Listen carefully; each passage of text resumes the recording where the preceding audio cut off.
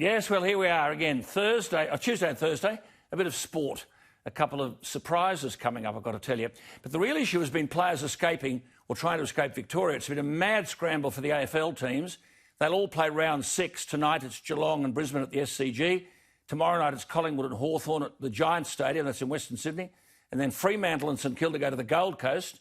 And then West Coast and Adelaide go to the Gabba. It's all in Queensland and New South Wales. Melbourne and the Gold Coast at the Giants Stadium.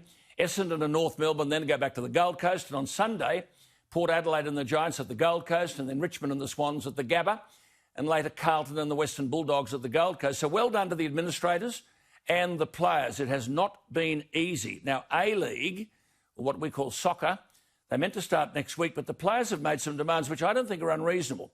There were 2 unsuccessful attempts in 24 hours to get 3 stranded Melbourne sides across the border, Melbourne Victory, Melbourne City and Western United, but they got stuck on Tullamarine Airport because of the fog. Then on Tuesday, they got to the airport in Canberra and were told, Tullamarine first, and were told that they'd be subject to a 2-week quarantine once they arrived in the ACT. The players are unhappy that the administrators have been silent. There's no boycott threat, but the clubs have lost confidence in Football Federation Australia. Players want proof that exemptions have been granted to leave Victoria. Full briefings. They want full briefings on the travel, the accommodation and the training details, and what restrictions will apply when they get there, and what efforts being made to allow families to join. So I don't think any of that is unreasonable. Just on the NRL, on this travel thing, there's a match on tonight, the Sydney Roosters, and they play tonight against North Queensland in Townsville. It'll be the longest game day in the Roosters' 112-year history. They left their homes in Sydney at 10 o'clock, drove to Bankstown Airport, 3 hours, 2,000 kilometres to Townsville on an NRL charter flight. Then a bus takes them to Queensland Country Bank Stadium. They get a feed and an afternoon sleep on a blow-up mattress. They've been actually told, I think, to bring their own pillows. And it kicks off at 10 to 8. Back to the airport at 11:30. Back to Bankstown at 2:30 a.m, provided there are no delays. Home at 3:30. Hopefully in bed at 4 a.m. And you know I love racehorses. Spare a thought for the trainers on the border. Any racehorse currently stabled in Victoria can't be transported to New South Wales. But New South Wales trained horses can go over the border, but they won't be allowed back. Good luck. And, of course, staff live on both sides of the border. And then the Sally Pearson, another good news story. Sally Pearson, the greatest female hurdler in the history of women's track and field. We've had a stack of them in Australia. Shirley Strickland, Norma Thrower, Gloria Cook, Pam Kilbourne, the 17-year-old Maureen Caird at Mexico City. She was amazing. And then the great Sally Pearson. She's now a mother.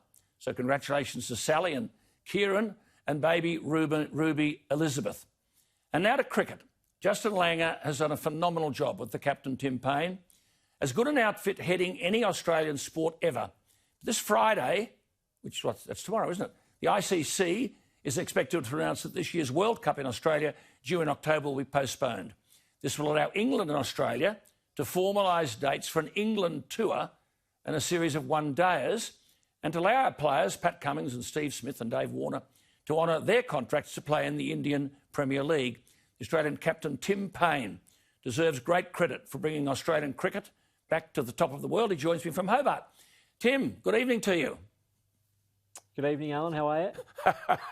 I'm laughing because I've known this young man for a long time. I should tell my viewers that he's most probably been doing housework.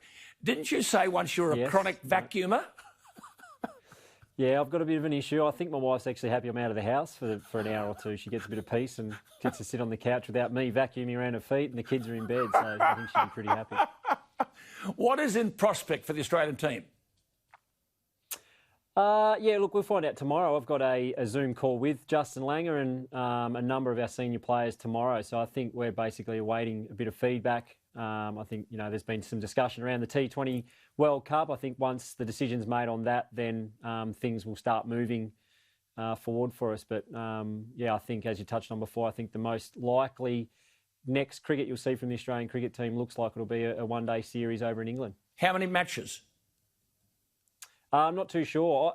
Alan, as you know, I'm very focused on red ball cricket now, so I haven't paid a lot of attention to the white ball stuff. But, look, I think if you're going that far, you're looking at least 5 games. But, as I said, we've got a call tomorrow where we're expected to be probably updated on what's happening in the next couple of months. England are currently playing the West Indies, aren't they? It was rained out. Are there crowds? no crowds at the moment. So that, we're hopeful that by the time the Indian Test Series is on here in Australia come our summertime, that we'll certainly have some crowds at some, if not all, of our venues. I know the AFL is starting to get some in now, which is a great sign for cricket. But of course, you've played in the Middle East when you couldn't play in Pakistan. There were not many people there, were there? No, there was no one there. There was a few dogs that came in late in the day, a couple of stray dogs. But and for me, I've said before, it was only sort of 2.5, 3 years ago I was playing club cricket as well. Yeah, so I know the story. I'm going to be completely ready to play in front of no crowds. I've got no problems with that. But, and you've got India at the end of the year. India at the end of the year. Yeah, and that's something we're hopeful that gets worked out, because they're at the moment probably the two best teams in the world. They're the series you want to play in. They've got a great pace attack. They've got the best batsman, well, I'd say second best batsman behind Steve Smith and Virat Kohli. And they beat us here last time, albeit with a slightly different team that they'll be facing this time. But, yeah, it's a huge series and something that the Test team and all cricket fans should be really looking forward to. Lovely to talk to you. We'll talk often. We're very proud of what you've done for Australian cricket. And you and I have known one another for a long time. It's been a wonderful comeback. Good luck. Thank you for your time tonight, Timmy. Thanks, mate. Appreciate your support. Australian captain, Tim Paine.